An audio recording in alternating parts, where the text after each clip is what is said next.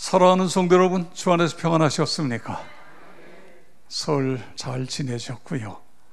네, 저도 어제 고향에 갔었는데 옛날에 비해서 아이들이 잘 보이지가 않아요.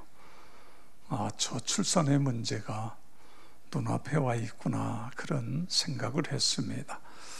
갔다가 일찍 와 주일을 준비했습니다. 하버드 대학의 역사 사회신학 교수였던 하비 콕스, 1965년에 세속도시라는 책을 써서 아주 유명 인사가 됐습니다. 이게 몇백만 부가 이 책이 팔렸습니다. 그런데 그가 1994년에 하늘로부터 오는 불길, 이런 책을 썼어요. 그래서 모두가 또 놀랬습니다. 그리스도인들이. 이분은 원래 민중신학 또 그 해방신학자인데 하늘로부터 오는 불길이라는 이런 책을 쓰고, 그래서 참 많은 사람들이 놀랐어요. 근데 이 내용에 보면 21세기는 과학 문명의 발달로 컴퓨터, 인터넷, 전자공학이 크게 발달할 것이다. 그래서 사람들은 점점 높여내지고, 그리고 일하는 날짜가 줄어들고, 그래서 그때는 이제 5일제가 이루어지지 않았는데 5일제 근무가 이루어지고, 이런 다양한 일들이 일어난다. 그렇다고 한다면 종교의 종말, 특별히 기독교의 종말이 오는 것은 아닌가, 이렇게 생각하는 사람들이 생겨날 것이다. 그런데 그는 아니라고 이야기합니다. 교회는 처음부터 성령 운동으로부터 시작됐다. 그러므로 사회학적으로 또는 정치학적으로 세계가 어떻게 변하든 관계없다. 성령이 역사하는 교회는 계속 존재할 것이고 부흥할 것이다. 그런 글을 썼습니다. 21세기가 아무리 빠르게 흘러간다고 할지라도, 그리고 5일제가 전면적으로 시행되어졌어도 교회가 성령으로 충만하면, 우리 한 사람 한 사람이 성령의 기름 부으심 가운데 있다고 한다면 교회는 부흥할 것이고, 교회는 지역사회와 그 땅에 선한 영향력을 지속적으로 끼칠 것이다. 땅끝까지 선교 사명을 감당하게 될 것이다. 여러분, 믿고 성령 충만함을 힘쓰시기를 축복합니다. 오순절날이 이미 이름의 성령이 그곳에 모여있는 모든 사람들에게 임했다. 그곳이라고 하는 것은 마가의 다락방, 우리는 그렇게 알고 있습니다. 거기에 있는 모든 사람들에게 성령이 임했어요. 근데 그 임하시는 모습을 보니까 2절 3절인데 우리 다 같이 함께 읽겠습니다.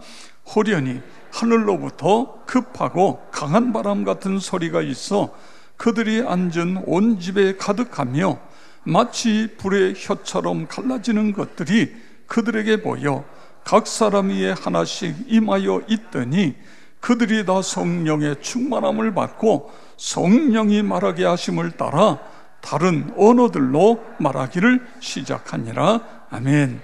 성령이 어떻게 임하셨다고요? 호련히 하늘로부터 급하고 강한 바람같이 그렇게 임하셨다. 호련히 하늘로부터 있다는 것, 임했다는 건 갑자기 임했다, 그런 뜻입니다. 급하고 강한 바람 같은 소리, 바람 소리가 아니에요. 바람 같은 소리. 이 이야기는 그처럼 신비한 소리 중에 임했다, 이런 말씀인 것입니다. 강력한 능력으로 임했다, 이런 뜻이에요. 그 다음에 말씀해 보니까 마치 불의 혀처럼 갈라지는 것들이 그들에게 보여 각 사람 위에 한 사람씩 임했다. 혀 같은 것들이 불처럼 갈라졌다. 이 말씀은 출애굽기에 모세가 호렙산에 올라갔을 때에 떨기나무에 불이 붙었어요.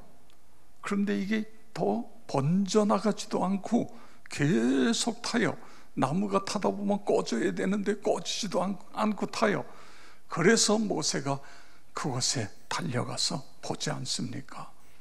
그런데 그것이 그냥 불이 아니라 성령의 불길이 타오르는 걸 보고 있는 거예요. 지금 여기 오순절에 임한 불길도 똑같이 그렇게 임하고 있는 것을 볼 수 있습니다. 그래서 마가의 다락방에 있던 120명 모두가 다 성령으로 충만케 되어집니다. 여러분 상상해 보세요. 그들은 부활승천하시는 예수님의 말씀을 붙잡고 기도하고 있습니다. 너희는 예루살렘을 떠나지 마라. 그러면 몇 날이 못되어 성령으로 세례를 받으리라. 그런데 정말 본인들이 약속의 말씀을 붙잡고 기도했는데 그 약속이, 예수님의 약속이, 예수님의 명령이 그대로 이루어지는 거예요. 이 놀라운 사건을 보면서 그들 모두는 환호했고 하나님을 찬양하며 하나님께 영광을 올려드리며 그렇게 하지 않았겠습니까? 감격 속에 성령의 임재 속으로 들어갔을 것입니다. 자, 그러면 성령 충만하게 되면 우리에게 어떤 일이 일어나는 것인가? 내게 성령께서 충만히 임하시면 나에게는 어떤 일이 일어날 것인가? 오늘 말씀을 통해 보면 첫째는 권능을 받는다. 믿으시기 바랍니다. 성령이 임하시면 권능을 받는다. 2장 4절에 보세요. 그들이 다 성령의 충만함을 받고 성령이 말하게 하심을 따라 다른 언어들로 말하기를 시작하니라. 아멘. 여기 다른 언어라고 하는 건 외국어예요. 9절에서 11절에 보니까 약 15개 나라의 나라가 여기에 등장하고 있는 것을 볼 수 있습니다. 이쪽에서는요, 이쪽에 있는 사람들은 아프리카 언어로 말해요. 이쪽에 있는 사람들은 유럽 언어로, 로마 언어로, 여기는 헬라 언어로, 여기는 아시아에 있는 언어로, 이렇게 15개의 언어로 이야기하면서 이 오순절이라고 하는 건 세계에서 다 예루살렘으로 순례객들이 모여오는 거예요. 이 사람들이 깜짝 놀랍니다. 아니, 이 사람들이 도대체 어떤 사람이냐? 여기 성경에 보시기 바랍니다. 7절, 8절 우리 다 같이 읽겠습니다. 다 놀라 신기하게 여겨 이르되 보라, 이 말하는 사람들이 다 갈릴리 사람이 아니냐? 우리가 우리 각 사람이 난 곳 방언으로 듣게 되는 것이 어찌 됨이냐? 아멘. 여기 갈릴리 사람이 아니냐, 그런 말씀이 있어요. 이 이야기는 무슨 뜻이죠? 배우지 못한 사람들 아니냐? 이 사람들 갈릴리에서 고기 잡던 어부들 아니냐? 그런데 언제 내가 머물렀던, 내가 살던 나라 말을 이 사람들이 언제 익혔지?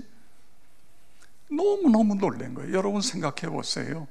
미국의 근처에도 안 가고 영어 알파벳도 공부하는 사람이 갑자기 영어로 말을 하고, 이쪽에서는 불란서로, 이쪽에서는 독일어로, 이쪽에서는 일본어로 15개 나라 말을 함께 하면서 거기에 왔던 모든 사람들이 다 복음을 듣게 되는 거예요. 이런 놀라운 기적이 일어난 것입니다. 어떻게 이런 일이 일어날 수 있어요? 성령이 임하시면 권능을 받고, 할렐루야, 그렇습니다. 성령이 임하셨을 때에 권능, 하나님의 능력, 성령이 임하셨다는 것은 내 심령 속에 하나님의 영으로 가득 채워졌다, 이런 뜻인 것입니다. 그렇게 될 때에 우리는 자유함을 얻을 수 있습니다. 나의 교만, 고집, 욕망, 두려움, 절망, 세상의 복잡한 것으로부터 자유하게 되어지는 것입니다. 우리 모두에게 이런 놀라운 일이 일어나기를 축복합니다. 그 다음에 두 번째로, 성령으로 충만하게 되면 말이 달라진다. 우리가 너무너무 자주 이 말을 했어요. 오늘날 문제는요, 말이 문제입니다. 말이 오염되어 있는 거예요. 오염된 언어 때문에 가정에서 부부간에도 말 때문에 서로 문제가 생겨요. 부모와 자식 간에도 말로 인해서 서로 상처를 주고 상처를 받는 거예요. 이 오염된 말, 로마서 3장 13절에서 15절에 보면 그들의 목구멍은 열린 무덤이요 그 혀로는 속임을 일삼으며 그 입술에는 독사의 독이 있고 그 입에는 저주와 악독이 가득하고, 누구의? 죄성을 가지고 있는 죄 지은 인간들의 언어는 독이 있다, 그거예요. 독이 있다. 여러분, 오늘날 우리 소위 정치, 이 국회를 보세요. 아니, 꼭 저렇게 이야기해야 되나? 똑같은 말도 그렇게 서로의 가슴을 후벼 파는 이런 말 같지 않은 말들을 쓰면서 이 백성들의 가슴까지 오염을 시키는 이런 안타까운 부분을 보지 않습니까? 혀는요, 혓바닥은 우리 몸속에 아주 작은 부분이에요. 그런데 성경은 이 혀를 불의의 세계라 이렇게 표현하고 있어요. 혀를 사용함에 따라서 천냥빚을 갚을 수도 있지만, 혀를 잘못 놀림으로 인해서 사람들을 망하게 하고 다치게 하고 사람을 죽게 만드는 그런 부분들을 볼 수 있습니다. 혀는 우리 몸의 작은 부분이지만 그 영향력은, 파괴력은 대단한 것입니다. 그래서 온 몸을 더럽힌다, 이렇게 야고보서에 말씀하고 있는 것을 볼 수 있습니다. 여러분, 그 사람의 말이 바로 그 사람인 것입니다. 그렇기 때문에 우리는 오염된 언어를 사용하는 것이 아니라 권세 있는 말을 사용하는 거예요. 그렇게 되기를 축복합니다. 그렇습니다. 오늘 사도행전 2장 3절에 보세요. 마치 불의 혀처럼 갈라지는 것들이 그들에게 보여. 여기 혀처럼 갈라졌다 그랬어요. 혀라는 단어를 썼어요. 이것을 성경학자 중에는 창세기에 나타난 바벨탑의 비극을 극복한 사건이다. 바벨탑이 왜 세워졌죠? 바벨탑을 세우면서 서로 높아지고 하나님처럼 되자. 그래서 바벨탑을 세웠어요. 그러니까 하나님이 언어를 흩어버리셨어요. 그런데 성령이 임하시니까 다 언어가 소통이 되어지는 거예요. 이런 역사가 일어나게 되는 것을 볼 수 있습니다. 4절부터 13절에 보면 대화의 기적입니다. 성령으로 충만케 되니까 말이 달라졌어요. 여러분, 말이 어떻게 달라졌지요? 사도행전 2장에 말이 달라졌는데 말이 권세 있는 말로 바뀌어진 거예요. 이게 놀라운 거예요. 그 이후에 보세요. 베드로 사도가 성령의 충만함을 받고 복음을 전하니까 권세가 있어서 3,000명, 5,000명이 예수님께 돌아와요. 40년 된 나서 한 번도 걸어보지 못한 지체 장애인을 붙잡고 예수 그리스도의 이름으로 명한다, 일어나 걸으라 했더니 그 말에 권세가 있어서 그 사람이 자리에서 벌떡 일어나잖아요. 여러분이 지나가다가 지체장애자 붙잡고 예수의 이름으로 명한다, 일어나 걸어라, 일어날까요? 일어나지 않을까요? 왜 안 일어나지요? 성령의 충만함 속에서 권세가 있어야 됩니다. 우리의 말에 권세가 나타나야 되는 것입니다. 박필 교수가 쓴 당신의 말이 기적을 이룬다, 이런 책이 있습니다. 그 책에 보면 우리 성결교회 올로 목사님의 일어났던 그 글을 거기다가 옮겨 썼어요. 아마 이게 70년대였던 것 같습니다. 연탄 떼던 시절인데 할머니 집사님이 혼자 살면서 너무너무 가난해요.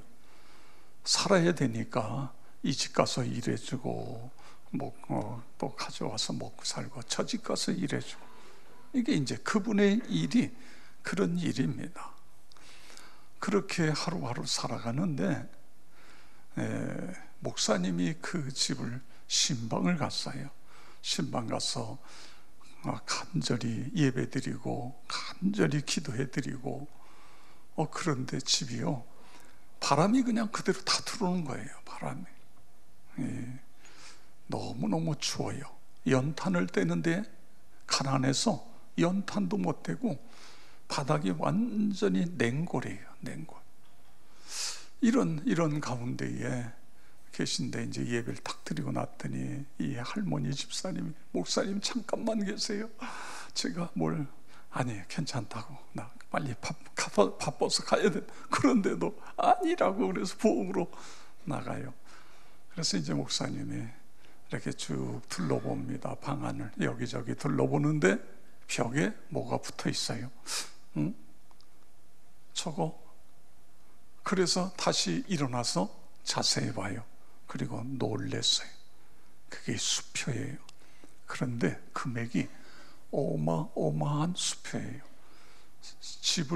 웬만한 집을 사고도 돈이 남는 그런 수표를 세상의 벽면에다가 딱 이렇게 붙여놓은 거예요. 그래서 집사님이 이제 그 먹을거리를 갖고 들어왔을 때에, 집사님 저거 뭐예요? 저거 그랬더니 그거 아무것도 아니에요. 자, 목사님 식기 전에 어서 드세요. 아니 집사님 저거 어디서 났어요? 그랬더니 이 할머니 집사님이, 제가 저 아시잖아요. 이 집 저 집 다니는데 어느 집을 소개해 줘서 갔는데 그 할머니는 돌아가셨고 할아버지 혼자 계시고 자식들은 잘 찾아오지 않고, 그래서 밥을 해드리고 청소해드리고 빨래해드리고 나름대로 다른 데서 하는 것처럼 그렇게 열심히 섬겨드렸더니 어느 날 할아버지가 점점 약해지시면서 웬 종이 하나를 손에다가 쥐어주면서, 할머니 고마워 선물이야. 그래서 할아버지가 준 선물이라 버릴 수는 없고, 그래서 벽에다 그걸 붙여놨다는 거예요. 그래서 목사님이, 아니 할머니 집사님 이게 도대체 얼마짜리인지 알아요? 이거 가짜가 아니고 진짜야. 이거 가지고 은행에 가면 집을 사고도 그리고도 많이 남는데 이걸 여기다 붙여놓으면 어떻게 되냐. 여러분, 왜 이런 일이 벌어지죠? 몰라서 그래요. 몰라서. 가치를 몰라서 그렇습니다. 성령께서 우리를 사로잡는, 성령의 충만함을 받는 그것이 얼마나 가치 있고 소중한 것인가를 모르기 때문에 그냥 우리는 주일날 교회 와서 예배드리고 그리고 가고 그러면 된다, 이렇게 생각하는 경향이 있을 수 있다 그거예요.